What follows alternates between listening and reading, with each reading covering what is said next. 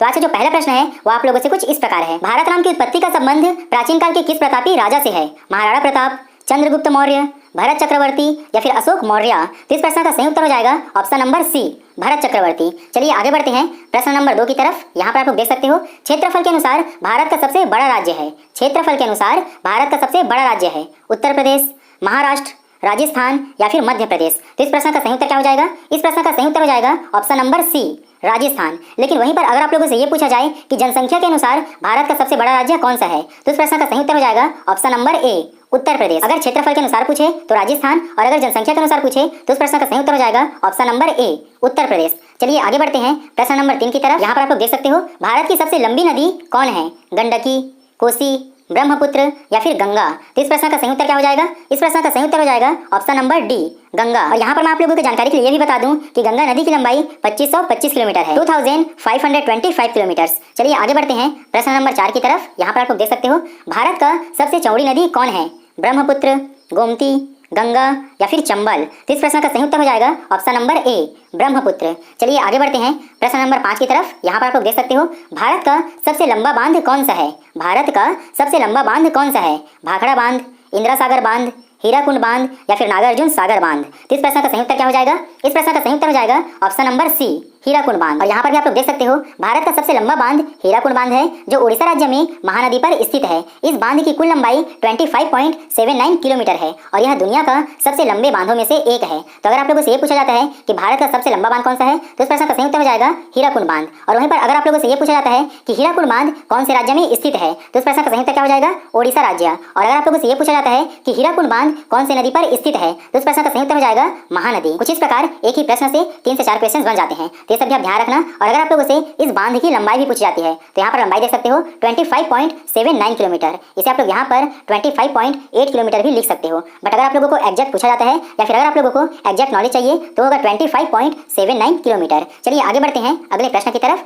यहाँ पर आप लोग देख सकते हो, भारत का सबसे ऊंची मूर्ति है हरमिंदर साहिब की, हम्पी की, स्टैच्यू ऑफ यूनिटी या फिर गोमतेश्वर? तो इस प्रश्न का सही उत्तर क्या हो जाएगा? ये बहुत ही आसान सा और बहुत ही सिंपल सा प्रश्न है। इस प्रश्न का सही उत्तर हो जाएगा option number C, statue of unity. यहाँ पर आप लोग देख सकते हो, भारत की सबसे ऊंची मूर्ति स्टैच्यू ऑफ यूनिटी है, जो भारत के गुजरात राज्य में नर्मदा नदी के तट पर स्थित है। यह सरदार वल्लभ भाई पटेल की प्रतिमा है और इसकी लंबाई 182 मीटर है। मतलब अगर हम फीट में देखें तो 597 फीट, जो इस दुनिया की सबसे ऊंची प्रतिमा बनाती है। और यहाँ पर मैं आप लोगों को जानकारी यही बता दूं कि यहाँ पर भी 4 से 5 क्वेश्चन बन रहे हैं। सबसे ऊंची मूर्ति कौन सी है? तो स्टैच्यू ऑफ यूनिटी।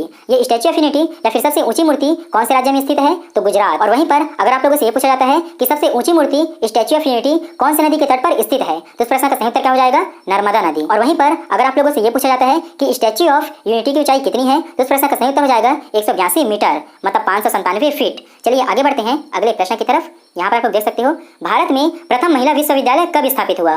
भारत में प्रथम महिला विश्वविद्यालय कब स्थापित हुआ? 1917 में, 1915 में, 1916 में या फिर 1925 में? तो इस प्रश्न का सही उत्तर हो जाएगा ऑप्शन नंबर सी, 1916 में। और यहाँ पर मैं आप लोगों की जानकारी के लिए बता दूं, यहाँ पर आप लोग देख सकते हो, भारत में पहला महिला विश्वविद्यालय SNDT महिला विश्वविद्यालय है, जिसका फुल फॉर्म श्रीमती नाथीबाई दामोदर ठाकर से महिला विश्वविद्यालय है। इस महिला विश्वविद्यालय को सन 1916 में महर्षि धोंके केशव कर्वे द्वारा स्थापित किया गया था। यह भारत और दक्षिण पूर्व एशिया का पहला महिला विश्वविद्यालय था, जिसका उद्देश्य महिला शिक्षा को बढ़ावा देना था। चलिए आगे बढ़ते हैं अगले प्रश्न की तरफ। यहाँ पर आप लोग देख सकते हो, एशियाई खेलों में स्वर्ण पदक प्राप्त करने वाली भारतीय महिला कौन थी? एशियाई खेलों में स्वर्ण पदक प्राप्त करने वाली भारतीय महिला कौन थी? कमलजीत संधू, सुचेता कृपलानी, राजिया बेगम या फिर बछेंद्री पाल? तो इस प्रश्न का सही उत्तर क्या हो जाएगा? इस प्रश्न का सही उत्तर हो जाएगा option number A, Kamaljeet Sandhu. चलिए आगे बढ़ते हैं प्रश्न नंबर 9 की तरफ। माउंट एवरेस्ट पर चढ़ने वाली पहली भारतीय महिला कौन थी? कल्पना चावला, रजिया सुल्तान, बछेंद्री पाल या फिर सुचेता कृपलानी? इस प्रश्न का सही उत्तर क्या हो जाएगा? इस प्रश्न का सही उत्तर हो जाएगा ऑप्शन नंबर सी,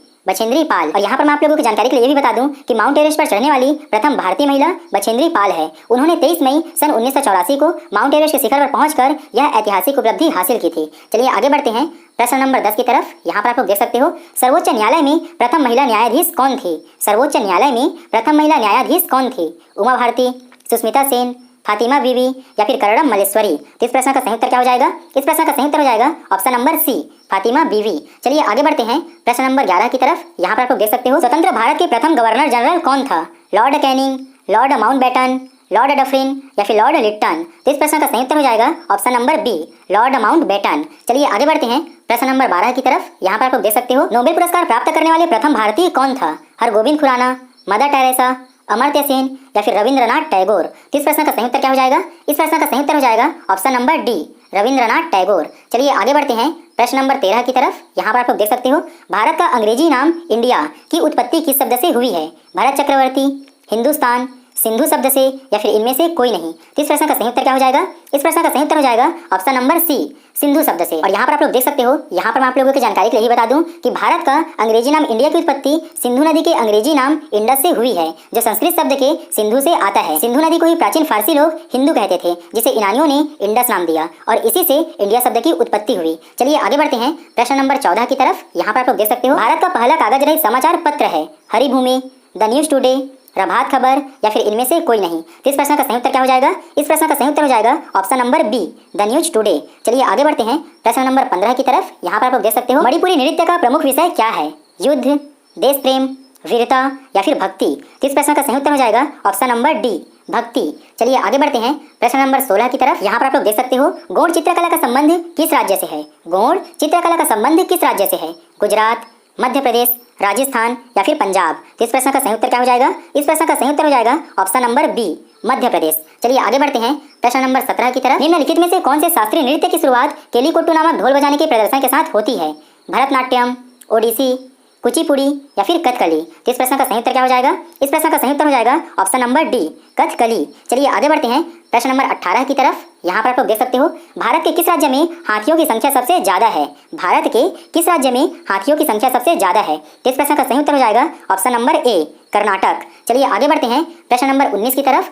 भारत के किस पड़ोसी देश की आधिकारिक भाषा मंदारिन है? भारत के किस पड़ोसी देश की आधिकारिक भाषा मंदारिन है? भूटान, श्रीलंका, चीन या फिर अफगानिस्तान। तो इस प्रश्न का सही उत्तर हो जाएगा ऑप्शन नंबर सी, चीन। चलिए आगे बढ़ते हैं प्रश्न नंबर 20 की तरफ। ये बहुत ही आसान सा और बहुत ही सिंपल सा प्रश्न है। मुझे उम्मीद है कि आप लोगों से बहुत लोगों को इस प्रश्न का सही उत्तर पता होगा। भारत का सबसे स्वच्छ शहर कौन सा है? शिमला, इंदौर, दिल्ली या फिर वाराणसी। ये बहुत ही आसान सा और बहुत ही सिंपल सा प्रश्न है, इसलिए इस प्रश्न का उत्तर मैं आप लोगों के ऊपर छोड़ रहा हूँ। इस प्रश्न का सही उत्तर आप लोग मुझे नीचे कमेंट करके जरूर बताना। देखते हैं कितने लोग इस प्रश्न का सही उत्तर दे पाते हैं। जितने लोग भी इस प्रश्न का सही उत्तर दोगे, सभी के कमेंट्स का मैं प्रॉपर रिप्लाई करूंगा और आप सभी लोगों को हार्ड भी दूंगा। तो इस प्रश्न का सही उत्तर आप लोग मुझे नीचे कमेंट करके जरूर बताना। चलिए आगे बढ़ते हैं अगले प्रश्न की तरफ। भारतीय सिनेमा का जनक किसे कहा जाता है? दादा साहेब फाल्के, लुमियर ब्रदर्स, देविका रानी या फिर इनमें से कोई नहीं। तो इस प्रश्न का सही उत्तर हो जाएगा ऑप्शन नंबर ए, दादा साहब फाल्के। चलिए आगे बढ़ते हैं अगले प्रश्न की तरफ। यहाँ पर आप लोग देख सकते हो, ग्लोब पर कर्क रेखा भारत के कितने राज्यों से होकर गुजरती है? 8, 6, 5 या फिर 4। तो इस प्रश्न का सही उत्तर हो जाएगा ऑप्शन नंबर 8। कर्क रेखा ग्लोब पर भारत के 8 राज्यों से होकर गुजरती है और इन राज्यों के नाम कुछ इस प्रकार है: गुजरात, राजस्थान, मध्य प्रदेश, छत्तीसगढ़, झारखंड, पश्चिम बंगाल, त्रिपुरा और लास्ट है मिजोरम। तो कुछ इस प्रकार भारत के 8 राज्य ग्लोब पर कर्क रेखा से होकर गुजरती है। चलिए आगे बढ़ते हैं प्रश्न नंबर 23 की तरफ। यहाँ पर आप लोग देख सकते हो, भारत के किस राज्य में सबसे अधिक शाकाहारी लोग रहते हैं? क्या हो जाएगा? महाराष्ट्र, उत्तराखंड, सिक्किम या फिर राजस्थान। तो इस प्रश्न का सही उत्तर हो जाएगा ऑप्शन नंबर डी, राजस्थान। और यहाँ पर मैं आप लोगों को जानकारी के लिए भी बता दूं कि भारत में सबसे अधिक शाकाहारी आबादी राजस्थान में रहती है, जहाँ लगभग 75% लोग शाकाहारी है। यह राष्ट्रीय परिवार स्वास्थ्य सर्वेक्षण के आंकड़ों पर आधारित है, जो शाकाहारी जीवन शैली अपनाने वाले लोगों की एक बड़ी संख्या को दर्शाता है। चलिए आगे बढ़ते हैं प्रश्न नंबर 24 की तरफ। यहाँ पर आप लोग देख सकते हो, भारत में सबसे अधिक वन कौन से राज्य में है? गुजरात, उत्तर प्रदेश, हरियाणा या फिर मध्य प्रदेश। तो इस प्रश्न का सही उत्तर क्या हो जाएगा? इस प्रश्न का सही उत्तर हो जाएगा option number D, Madhya Pradesh. चलिए आगे बढ़ते हैं प्रश्न नंबर 25 की तरफ। किस राज्य को अत्यधिक कुपोषण के कारण भारत का इथोपिया कहा जाता है? झारखंड को, उड़ीसा को, बिहार को या फिर मध्य प्रदेश को। तो इस प्रश्न का सही उत्तर क्या हो जाएगा? इस प्रश्न का सही उत्तर हो जाएगा option number D, Madhya Pradesh. और यहाँ पर मैं आप लोगों को जानकारी के लिए फिर से बता दूं कि अत्यधिक कुपोषण के कारण मध्य प्रदेश के श्योपुर जिले को भारत का इथोपिया कहा जाता है। कौन से जिले को? श्योपुर जिले को, क्योंकि इस क्षेत्र में कुपोषण के कारण बहुत सारे बच्चों की मौतें होती रहती है और इसके साथ ही साथ यहाँ गरीबी और भुखमरी की भी बहुत ही गंभीर समस्या है, जो इसे इस दुनिया के ऐसे ही संघर्षग्रस्त क्षेत्रों के समान बनाती है। चलिए आगे बढ़ते हैं अगले। देख सकते हो, भारत के पड़ोसी देशों की कुल संख्या कितनी है? 8, 9, 6 या फिर 7। तो इस प्रश्न का सही उत्तर हो जाएगा ऑप्शन नंबर बी, 9। और यहाँ पर फिर से मैं आप लोगों को जानकारी के लिए भी बता दूं कि भारत के कुल 9 पड़ोसी देश हैं और इनमें से जो 7 देश है उनकी सीमाएं स्थल से लगती है, मतलब जमीन से लगती है, और बाकी के जो 2 सीमाएं हैं और बाकी के जो दो देश हैं उनकी सीमाएं समुद्र से लगती है। और यहाँ पर मैं आप लोगों को सबसे पहले उन देशों के नाम बता देता हूँ जिनकी सीमाएं स्थल से लगती है। उन देशों के नाम कुछ इस प्रकार है: अफगानिस्तान, बांग्लादेश, भूटान, चीन, म्यांमार, नेपाल और पाकिस्तान। और बाकी के जो 2 देश हैं जिनकी सीमा समुद्र से लगती है उनका नाम है श्रीलंका और मालदीव। तो कुछ इस प्रकार भारत के 9 पड़ोसी देश हैं। चलिए आगे बढ़ते हैं प्रश्न नंबर 27 की तरफ। यहाँ पर आप लोग देख सकते हो, भारत का सबसे बड़ा राष्ट्रीय पुस्तकालय कहाँ स्थित है? कोलकाता में, चेन्नई में, मुंबई में या फिर दिल्ली में? तो इस प्रश्न का सही उत्तर क्या हो जाएगा? इस प्रश्न का सही उत्तर हो जाएगा ऑप्शन नंबर ए, कोलकाता में। चलिए आगे बढ़ते हैं प्रश्न नंबर 28 की तरफ। यहाँ पर आप लोग देख सकते हो, भूमध्य रेखा से भारत के दक्षिणी छोर की दूरी कितनी है? भूमध्य रेखा से भारत के दक्षिणी छोर की दूरी कितनी है? 800 किलोमीटर, 850 किलोमीटर, 876 किलोमीटर या फिर 980 किलोमीटर? तो इस प्रश्न का सही उत्तर क्या हो जाएगा? इस प्रश्न का सही उत्तर हो जाएगा ऑप्शन नंबर सी, 876 किलोमीटर। चलिए आगे बढ़ते हैं प्रश्न नंबर 29 की तरफ। यहाँ पर आप लोग देख सकते हो, भारत में मीठे पानी की सबसे बड़ी झील कौन सी है? वुलर झील, सांभर झील, पुलकित झील या फिर इनमें से कोई नहीं? तो इस प्रश्न का सही उत्तर हो जाएगा ऑप्शन नंबर ए, वुलर झील। चलिए आगे बढ़ते हैं अगले प्रश्न की तरफ। इनमें से सबसे अधिक लिंगानुपात वाला राज्य कौन सा है? बिहार, झारखंड, हरियाणा या फिर केरल? तो इस प्रश्न का सही उत्तर क्या हो जाएगा? इस प्रश्न का सही उत्तर हो जाएगा ऑप्शन नंबर डी, केरल। 2011 की जनगणना के अनुसार भारत के सभी राज्यों में केरल का लिंगानुपात सबसे अधिक है, जहां प्रति 1000 पुरुषों पर महिलाओं की जो संख्या है वह 1084। चलिए आगे बढ़ते हैं प्रश्न नंबर 31 की तरफ। यहाँ पर आप लोग देख सकते हो, 5 नदियों की भूमि किसे कहा जाता है? 5 नदियों की भूमि किसे कहा जाता है? बिहार, हरियाणा, पंजाब या फिर हिमाचल प्रदेश? बहुत ही आसान सा और बहुत ही सिंपल सा प्रश्न है। इस प्रश्न का सही उत्तर हो जाएगा ऑप्शन नंबर सी, पंजाब। चलिए आगे बढ़ते हैं प्रश्न नंबर 32 की तरफ। जनसंख्या के हिसाब से भारत का सबसे बड़ा केंद्र शासित प्रदेश कौन सा है? दमन और दीव, चंडीगढ़, अंडमान निकोबार या फिर दिल्ली? तो इस प्रश्न का सही उत्तर क्या हो जाएगा? इस प्रश्न का सही उत्तर हो जाएगा ऑप्शन नंबर डी, दिल्ली। चलिए आगे बढ़ते हैं प्रश्न नंबर 33 की तरफ। यहाँ पर आप लोग देख सकते हो, इंडिया शब्द का प्रयोग सबसे पहले किसने किया था? इंडिया शब्द का प्रयोग सबसे पहले किसने किया था? आपके ऑप्शंस है रोमन ने, यूनानी ने, अंग्रेजों ने या फिर अरबों ने? तो इस प्रश्न का सही उत्तर क्या हो जाएगा? इस प्रश्न का सही उत्तर हो जाएगा ऑप्शन नंबर बी, यूनानी ने। चलिए आगे बढ़ते हैं अगले प्रश्न की तरफ। यहाँ पर आप लोग देख सकते हो, गंगा नदी किस राज्य से निकलती है? छत्तीसगढ़, मध्य प्रदेश, हिमाचल प्रदेश या फिर डी है उत्तराखंड? तो इस प्रश्न का सही उत्तर क्या हो जाएगा? इस प्रश्न का सही उत्तर हो जाएगा ऑप्शन नंबर डी, उत्तराखंड। चलिए आगे बढ़ते हैं प्रश्न नंबर 35 की तरफ। निम्न में से भारत का सबसे बड़ा बैंक कौन सा है? Punjab national bank, Allahabad bank, भारतीय स्टेट बैंक या फिर बैंक ऑफ इंडिया? तो इस प्रश्न का सही उत्तर हो जाएगा ऑप्शन नंबर सी, भारतीय स्टेट बैंक। चलिए आगे बढ़ते हैं प्रश्न नंबर 26 की तरफ। यहाँ पर आप लोग देख सकते हो, विवेकानंद रॉक मेमोरियल कहाँ स्थित है? विवेकानंद रॉक मेमोरियल कहाँ स्थित है? तमिलनाडु, केरल, दिल्ली या फिर मुंबई? तो इस प्रश्न का सही उत्तर हो जाएगा ऑप्शन नंबर ए, तमिलनाडु। चलिए आगे बढ़ते हैं प्रश्न नंबर 37 की तरफ। यहाँ पर आप लोग देख सकते हो, भारतीय संविधान कब लागू हुआ? 15 अगस्त 1947, 26 जनवरी 1948, 15 अगस्त 1950 या फिर 26 जनवरी 1950? तो इस प्रश्न का सही उत्तर क्या हो जाएगा? इस प्रश्न का सही उत्तर हो जाएगा ऑप्शन नंबर डी, 26 जनवरी 1950। चलिए आगे बढ़ते हैं प्रश्न नंबर 38 की तरफ। संविधान का निर्माता किसे कहा जाता है? जवाहरलाल नेहरू, डॉक्टर राजेंद्र प्रसाद, सुभाष चंद्र बोस या फिर भीमराव अंबेडकर? बहुत ही सिंपल सा और बहुत ही आसान सा प्रश्न है। इस प्रश्न का सही उत्तर हो जाएगा option number D, Bhimrao Ambedkar. चलिए आगे बढ़ते हैं प्रश्न नंबर 39 की तरफ। यहाँ पर आप लोग देख सकते हो, संविधान सभा की पहली बैठक कब हुई? 9 अगस्त 1947, 9 दिसंबर 1950, 15 अगस्त 1947 या फिर 26 जनवरी 1950? इस प्रश्न का सही उत्तर क्या हो जाएगा? इस प्रश्न का सही उत्तर हो जाएगा ऑप्शन नंबर ए, 9 अगस्त 1946। चलिए आगे बढ़ते हैं अगले प्रश्न की तरफ। यहाँ पर आप लोग देख सकते हो, भारत की सबसे बड़ी नौकरी कौन सी है?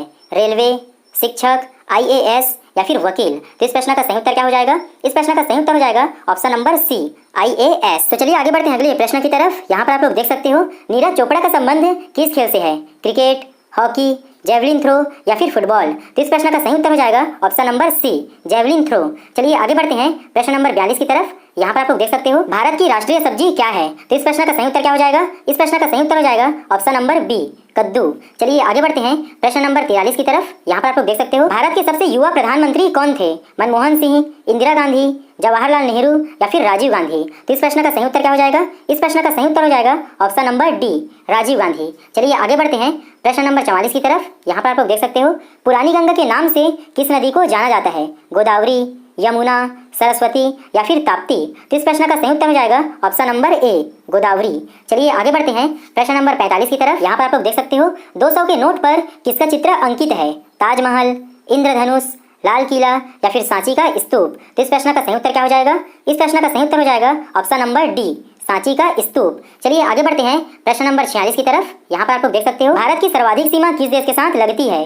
चीन, बांग्लादेश, नेपाल या फिर पाकिस्तान। तो इस प्रश्न का सही उत्तर क्या हो जाएगा? इस प्रश्न का सही उत्तर हो जाएगा ऑप्शन नंबर बी, बांग्लादेश। और यहाँ पर मैं आप लोगों को जानकारी के लिए बता दूं कि भारत की सबसे लंबी स्थलीय सीमा बांग्लादेश के साथ लगती है, जिसकी कुल लंबाई अप्रॉक्सीमेटली 4096 किलोमीटर है। यह भारत के 5 राज्य पश्चिम बंगाल, असम, मेघालय, त्रिपुरा और मिजोरम से होकर गुजरती है। तो कुछ इस प्रकार इस प्रश्न का सही उत्तर हो जाएगा ऑप्शन नंबर बी, बांग्लादेश। चलिए आगे बढ़ते हैं प्रश्न नंबर 47 की तरफ। यहाँ पर आप लोग देख सकते हो, भारत के किस राज्य में सबसे अधिक नमक का उत्पादन होता है? तो इस प्रश्न का सही उत्तर क्या हो जाएगा? इस प्रश्न का सही उत्तर हो जाएगा ऑप्शन नंबर बी, गुजरात। चलिए आगे बढ़ते हैं प्रश्न नंबर 48 की तरफ। यहाँ पर आप लोग देख सकते हो, भारत का पहला डाकघर कहाँ खोला गया था? मुंबई, दिल्ली, कोलकाता या फिर कानपुर। तो इस प्रश्न का सही उत्तर क्या हो जाएगा? इस प्रश्न का सही उत्तर हो जाएगा ऑप्शन नंबर सी, कोलकाता। चलिए आगे बढ़ते हैं प्रश्न नंबर 49 की तरफ। यहाँ पर आप लोग देख सकते हो, भारतीय मुद्रा का नाम रुपया किसने रखा था? अकबर, शेरशाह सूरी, जहांगीर या फिर हुमायूं। तो इस प्रश्न का सही उत्तर क्या हो जाएगा?